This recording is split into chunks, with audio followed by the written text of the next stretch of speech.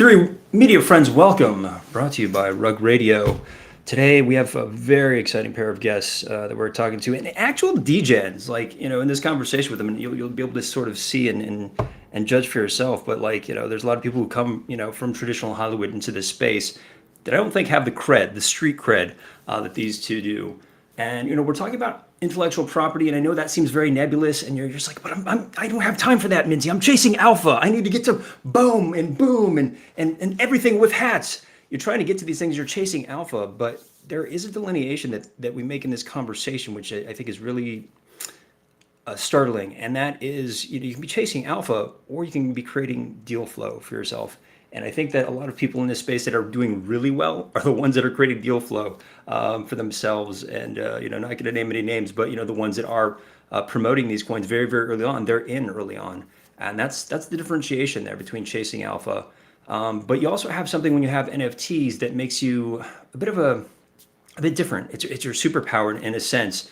I got a sense of this superpower of intellectual property. I was actually bizarrely interviewing before George Lucas, Star Wars George Lucas, and they flew me up to San Francisco, and they put me in the back of a limo, drove me up to Marin County in the trunk, and so as we're going, the limo driver's like pointing out to me not just the ranch, but like all the land that he owns in Marin County. It's like he owns like a suburb of San Francisco, and when you have, I think, that level of leverage and understanding of IP, that's what he was most famously known for and doing by bringing an understanding of his rights with IP and what he could do creatively with his IP beyond just a movie. There was a lot of movies made, a lot of science fiction movies made, none certainly that did as well in the box office, but also for him in toys and collectibles.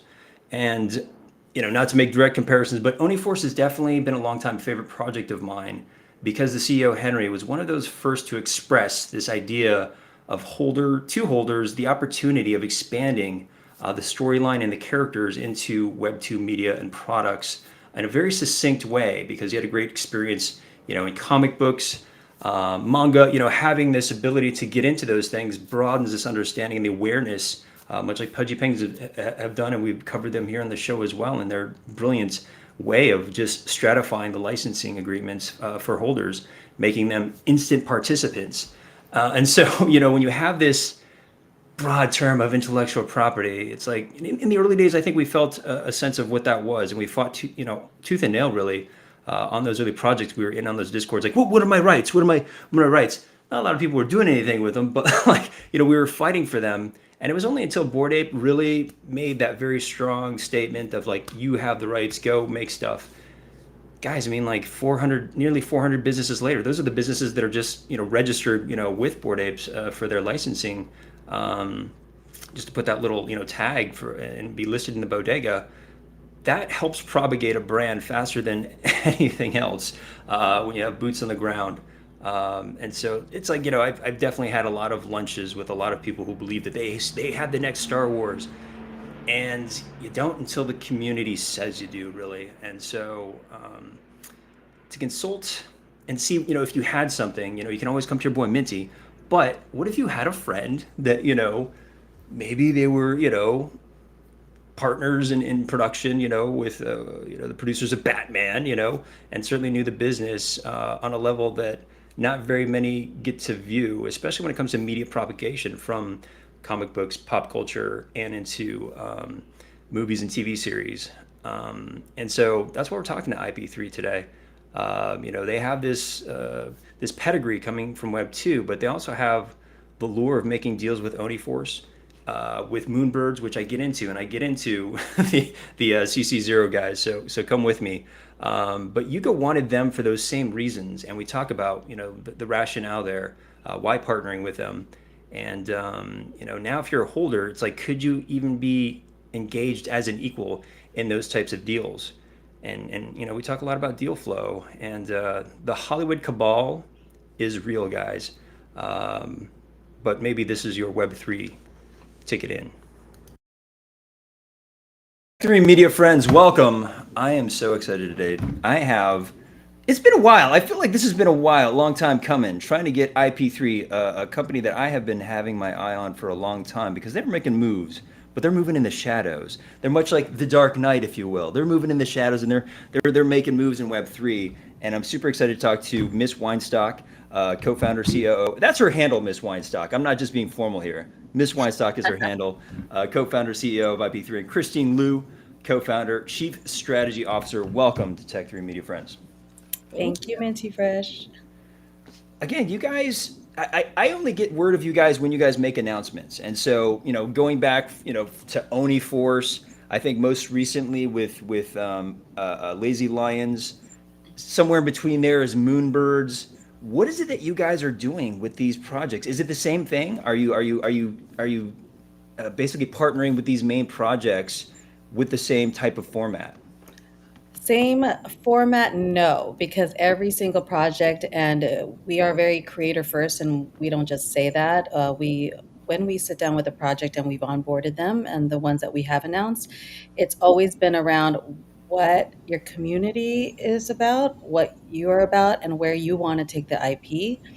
And then that is where Sarah, our co-founder David, Josh Lawler, and Tom Zuber of Zuber Lawler, and we then reach into our ecosystem and bridge that gap, right? So, for example, in a sense, we call ourselves a Web3 inclusive IP incubator and investor community um, because we knew That's that a mouthful. it is, it That has is. so much meaning. And it's interesting because, so my background is from tech, Web 2.0 days. And so there's an IP, an accelerator, and those who have been in the venture capital will recognize part of our format as being very much very similar to an accelerator.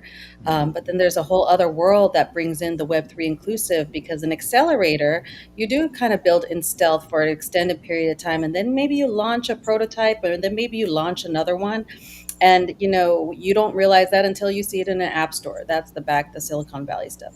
When you are dealing in Web3, you have a community to take care of from the very beginning, as we 100%. all know. And they are so from the beginning, when we said we are going to be a Web3 inclusive IP incubator and investor community, it's because we knew that bringing on board these projects would also bring on board their communities.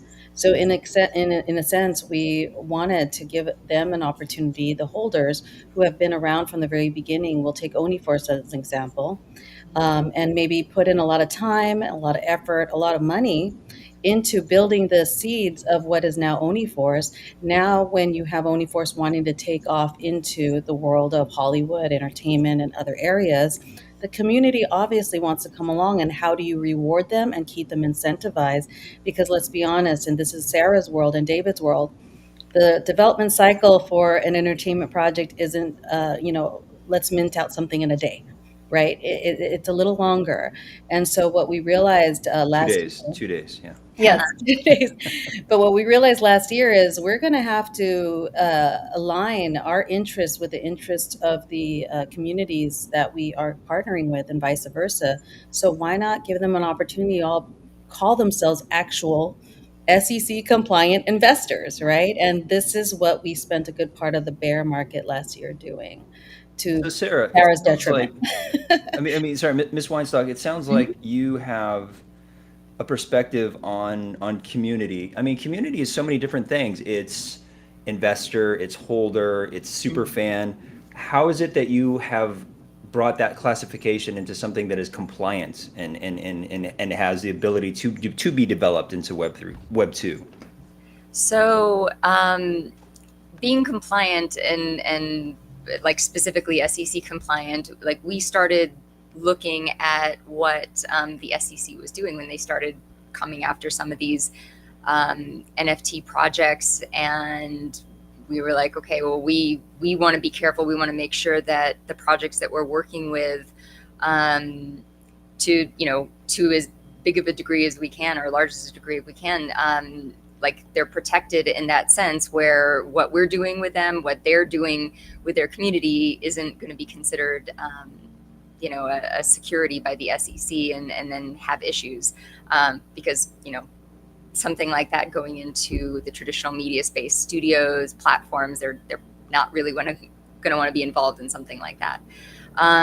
But so taking the time to not just, raise money through, like a coin offering or, minting out a project, we actually wanted to do, go the SEC, security route where you could invest in IP3, and then by doing that, you're going to have equity in all these projects that we co-create alongside the creators. So, with Oniforce, if you are an investor in IP3, the projects that we co-create together, the IP that we create and then put out in the publishing world, the filmed entertainment space, any F&B licensing or merchandise licensing that comes from the IP that we create, owning a piece of us means owning a piece of that IP that is going out in the world.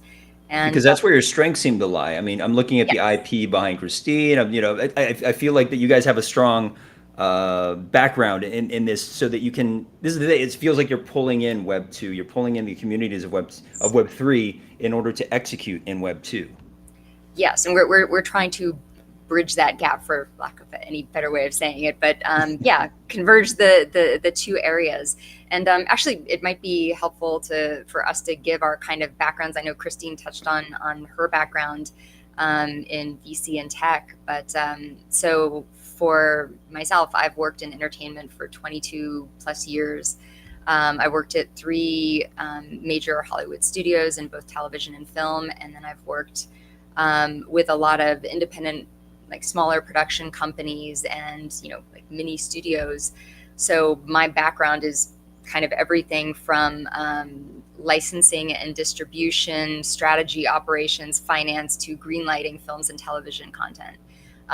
So my kind of area of expertise is all this back office and like business side of the entertainment industry, whereas David and David and our lawyers as well, I mean, they're production people. They are the talent. They are the people who go out and find this really amazing IP and introduce it to the world. Hence, Batman. I mean, that came from the comic book space. Obviously, it was huge in comic books, but David's family is the family that originated the film franchise, and we have all this amazing. So you're starting from a real high. When you're out there looking for IP, are you looking for what are some of the qualifications? Are you like, is it going to be up here with Batman? Is that the qualification?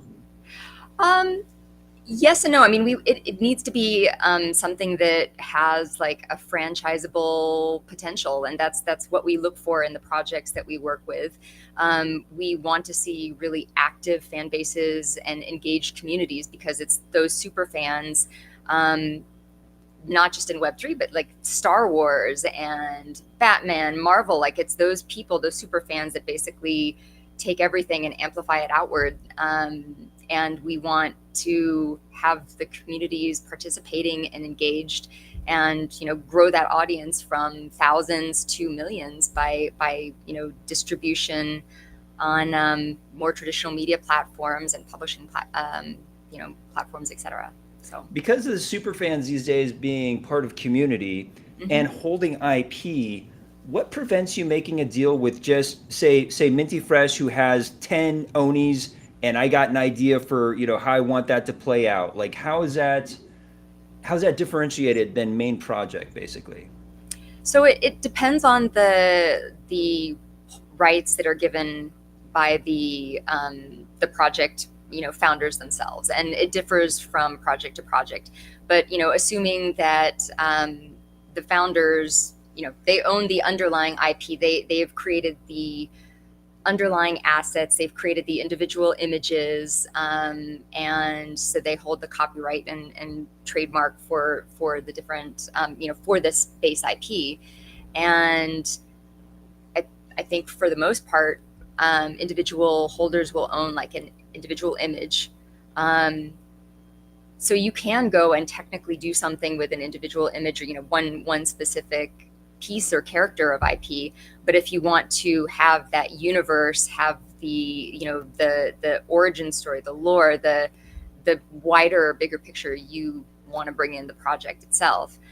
But you also want to make sure that you're, in whatever way you can, taking care of the holders and making, and that's always like the most important thing for these projects, right? They want to bring their holders, they along on the success of anything that comes, post expansion from Web3 into the more traditional spaces. And that's something we want, or we want to do. It's very important to us, and we're working on through a number of different things. One being trying to figure out solutions for licensing for more traditional media. Like I think Pudgy Penguins did a really good job with, they've launched Overpass. I see the little wizard penguin right behind you there. I'm just like, ooh, look at that alpha, guys. Look at that alpha Yes, right they're behind my little stuffed animals. Every time I go to Walmart, like I will go specifically just to buy Pudgy Penguin stuff because I'm like I want to support as many Web3 brands as possible in the more traditional retail media. 100%. It gives you just something to touch. It's very tactile and it's connecting. And that's what's great about what they're doing is when you bring the physicals to understand the possibilities, just to touch it really and to see it on the shelf really opens up, our eyes in terms of possibilities. Christine, can you elaborate a bit on some of these opportunities? Sure, it sounds like you're going to make a deal with the main, IP underlying IP holders, the main project. How is it that you're looking to bring along community on this ride as well? Well, first and foremost, like we mentioned in the beginning, where it's not often that the public or those that aren't accredited investors, right, get a chance to come in early on any usual project that's going to scale the way we have planned to scale. What usually happens, and this is something Which is we, big. I just right, get from a which is sense of big. your voice, Yeah, I think it's big what you have in your mind. it's big. And so traditionally what happens in both Hollywood and tech is you go to angel investors, private investors, nobody really knows, have a lot of money, friend of a friend, old boys network most of the time, and you raise the funds needed. And so by the time it is popular, or by the time a company does go IPO and reach the public, a lot of times, Sarah and I know a lot of folks in our industries that have made a lot of money before projects even launch to the public. And we thought that process needed more transparency and inclusion.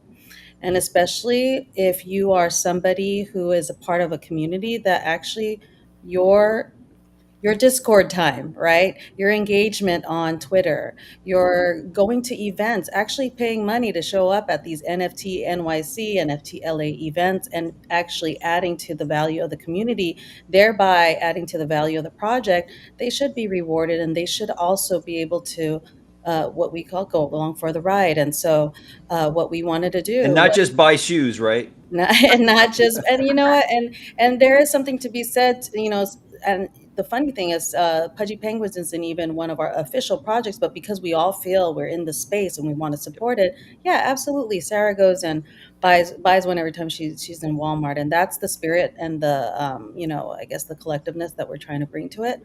But yeah, so that is really important to us, that we turn holders into investors in this next phase.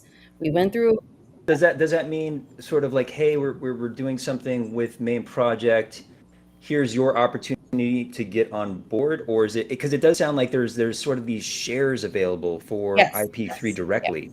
yeah. So the starting point is we're going to launch this incubator. Those of you who, honestly, for the price, our entry level, actually, we intentionally made it the same price as you would mint out some popular project in the NFT world, $500 in minimum investment, and you can call yourself an investor.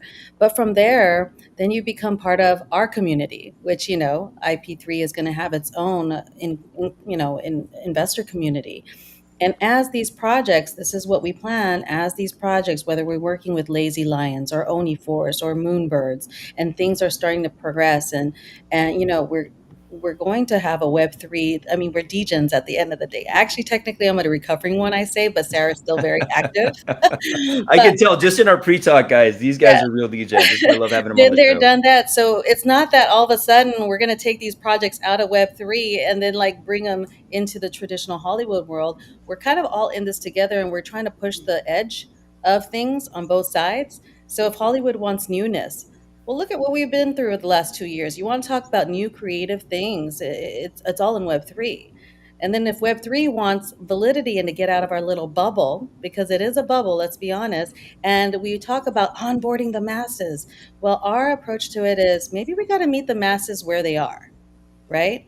I At mean, Walmart, perhaps. maybe if it's got to be at Walmart, it's going to be at Walmart or a children's bookstore or wherever, or a video game, wherever it needs to be. Let's meet them where they are. And so that is kind of the world. And we joke around, we're in the Web 2.5 world, and we're trying to bring both sides together. So that's the value. Is there is going to still be that degen element where we're going to drop limited edition this, so you can get token gated access to events, but those events might be a Hollywood premiere, Sure. right? It's not just going to be the same Web3 folks all the time hanging out. It might be an investor summit for, aspiring creators, right? Or artists. And, maybe there's VIP elements where you've got a token gate. And so that we're trying to bring those worlds together, because I think that's the only way we kind of move everyone forward. Miss Weinstock, you had mentioned, I mean, you guys both mentioned Moonbirds, and to me, it's always so curious anytime any, like the recent Yuga acquisition, the first thing out of everybody's mouth is like, what did you buy? Like, it's a CC0. How do you partner with a CC0 company? Christine, you should Oh, take okay, the Christine, first Oh, take the baton. yeah, thanks, Sarah. No, so I am a day one Moonbird holder, so I think that's why she passed it on to Ah, me. okay, OG, let's go. We've been through the whole roller coaster of of the community, and CC0, ironically for us, ended up helping us versus helping the holders. And so this is a Helping us IP3. IP3, because Interesting. early on, from the very beginning, I mean, we wanted to do a animated feature, and this is what we have been working on in development last year. And when it wasn't CC0, that is where a lot of the headaches for our lawyers and us came in, trying to imagine, what do we do if in a 2-year development cycle for a feature animation, someone decides to flip their Moonbird or their wallet gets drained, and we put in actual money and time into developing these characters that are going to, and we don't know the IP anymore. It became a nightmare. So double-edged Yeah, we sword. all felt Seth Green when he got drained. We're just like, Exactly. Seth, oh my gosh. exactly. It's That was the exactly that, and nightmare. Sarah Yeah. alludes to that all the time. But it was one of those moments where it's like, well, how is that applicable to us, and how do we avoid that? And Yep. so when the project went CC0, it actually, in that element, freed us to be able to focus on the creative side without having to license maybe 50 folks, and just all that stuff that would have held us back. Sure. So that is actually how we see CC0, and a lot of misnomers that we've talked about before. CC0 doesn't mean that you can never create actual derivative IP out of it, right? CC0 just means the original founders are giving us a free for all license in the community and outside to create. And so we have an idea that we have been in development that we can't say just yet, but at the end of that Just look development. at Miss Weinstock's behind her. You might be able to find some of the No, she outline doesn't there. have it. It's still secret. But at the end of that IP, that derivative IP that we create, that original IP, actually is owned by us and those in our community that have a stake in us. Because then you can protect that IP and build a whole world around that, the derivative side. So that is what we understood, just as folks in the industry already, that maybe a lot of people we realize haven't. But again, goes back, Minty Fresh, to would love to now be able to share and talk about this to a community of investors who actually want to learn what we know. Because imagine how much more transformative and faster the space will move together if people understood exactly what CC0 can do and can't, right? And then the benefits of it, because you don't hear the benefits.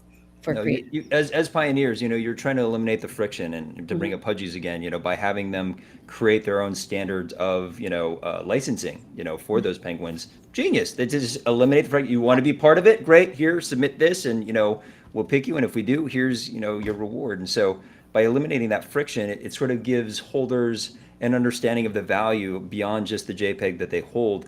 How else do you guys see the individual holder succeeding? What is it that can they do anything? Can they come to you?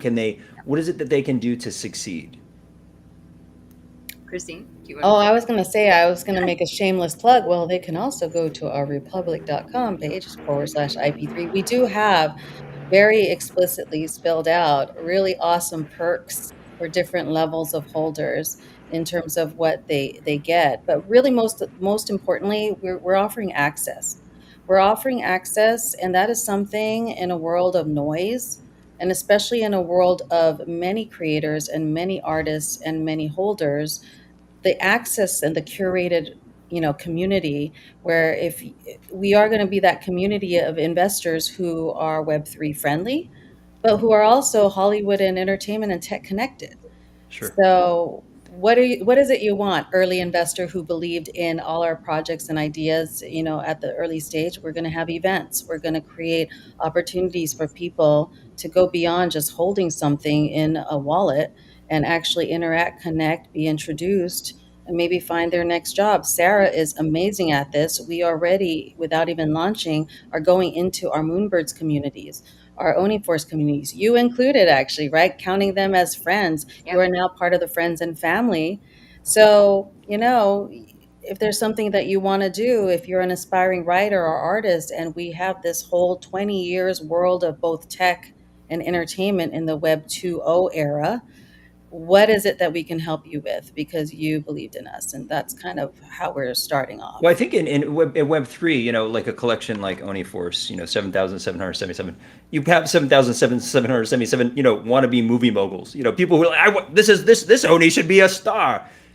Is it as easy as that by way of getting educated through your system? So you get an IP3, it sounds like an NFT or a share. Phase one is straight investment, actual share. Okay. Straight share. And then I say, okay, and I have my IP that I want to play with, whether it's an ape, whether it's an Oni, and you guys are going to help me go through the process of understanding and educate me on what to do with my IP. Yep, and we actually, and this is probably where we need your help, Minty Fresh. So plug back to you.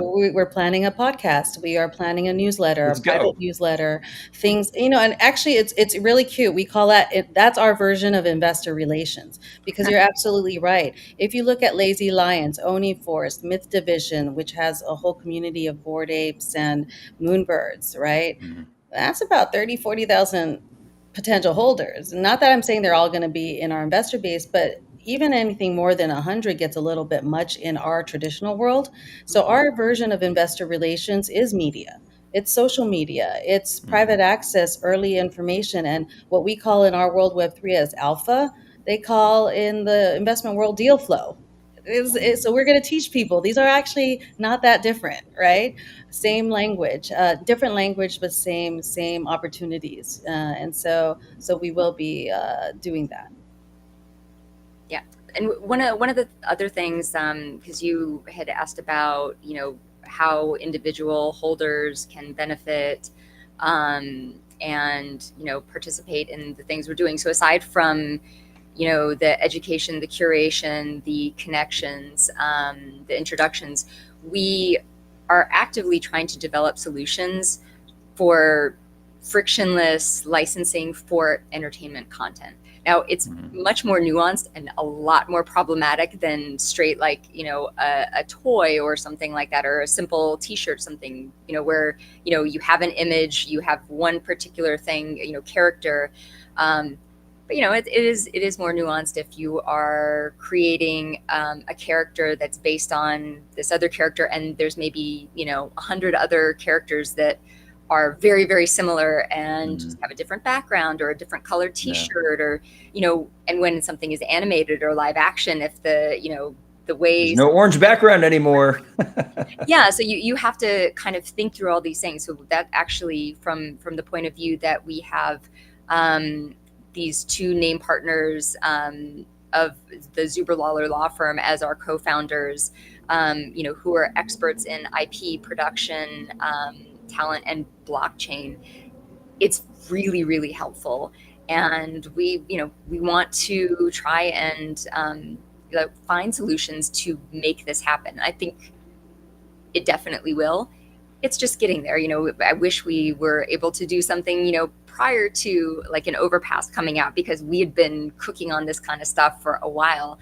But it takes a lot longer for filmed entertainment. Well, you guys have been cooking, and yes, I know it takes about 7 years just to make a film, but I think that there's a lot of people who have been cooking, since their launch, and they Yeah. got their character, and Oni Force, 2-3 years now, have been cooking up their character. What's the low hanging fruit or the attainable thing that the holder can be doing to jumpstart? So when they do come to you, it's more than just the orange background. Is it writing a novel? Is it doing a sort of an indie comic book? What is it that they can be doing right now?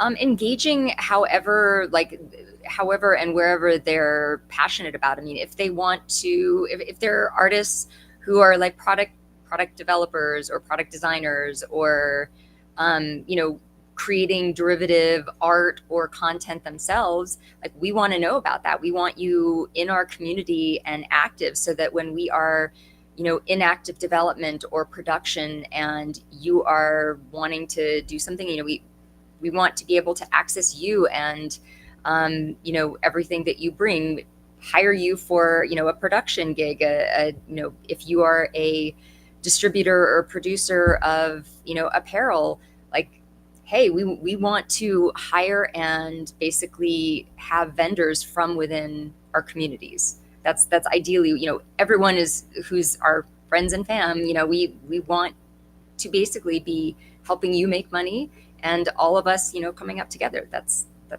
really like a big part of it. Yeah, and adding on to that, because I love that Sarah and I talk about that a lot, and we do exactly what you're asking. We're brainstorming how do we add value beyond holders. So it's interesting to point out the second they may have started off as a Oni Force holder, but the second they come in and invest in our IP, they're now an IP3 investor. And what that means is it doesn't necessarily limit them all of a sudden, right? So you, Minty Fresh, you came in through the Oni Force community. Well, guess what? Now that you're an investor and you own equity in IP3, don't you think you want all the other projects and communities that we're working with to win? Because you are actually an investor in all of them too, even though OniForce may be your anchor community. And all of a sudden, if you know that our network has great relationships and connections to the outside world, outside of Web3, where people are actually finding opportunities and making money, we are absolutely going to take care of our community first, get to know them, and refer. And this is what Sarah's talking about. It becomes an investor community and talent pool and a creator, kind of first approach. But this is, I think, in a world where there's a lot of noise, this is what people Yeah. are looking for. Well, Tech Media friends, welcome to the Hollywood Cabal, brought to You you said by it. You said IP3. And it. we look forward to seeing more on this journey, because I think that's what the show is about, helping to educate those who want to get started in this and to make those first efforts. I know, sometimes, the getting invested in one thing may have friction, but I think it's about being able to have the freedom and the permissionless. I think that's what I love about this space, is the permissionless of it, asynchronous. Hey, I can just do this, and oh, there is another organization. Maybe the main project's not moving as fast as I'd like. There's another project that can help accelerate my ideas, and so I know this is very, very early in this journey that you guys are starting, but I hope to have you guys back maybe many times, because I think you guys are doing a lot of really interesting work in this space. And I thank you for your time and elucidating kind of the mystery coming out of the shadows, the dark night shadows that you guys hide in, making We deals. I do see you have guys at Comic Con. Yes, we do woo. have a bit of Please alpha. I roll forgot to out mention. anything you got. Little bit of Please. alpha. So we said we're entering phase one as for investors who actually want to invest. We actually have a phase two in Q2. The first 1,000 investors in our community will get a mint pass to be complimentary private key holders. So that's what we're calling the Web3 focused version. And that is where all the degens are going to find a home, if you know what I mean. So free pass for them just for investing. And we hope people will have fun. So we're separating it out. You're the investor and you can still have fun in Web3. We want to take the stress out of, oh my gosh, my bags. It's like, let's have fun with NFTs again and let's make money together in other areas. And so that's my little alpha there, Q2. Well, thank you for bringing that, Alpha, and we'll check in back with you as that Thank you. relates, as it comes to the public, and what those opportunities mean for holders and community. Thank you so much. Awesome. Thank you for Thank you, having me. guys.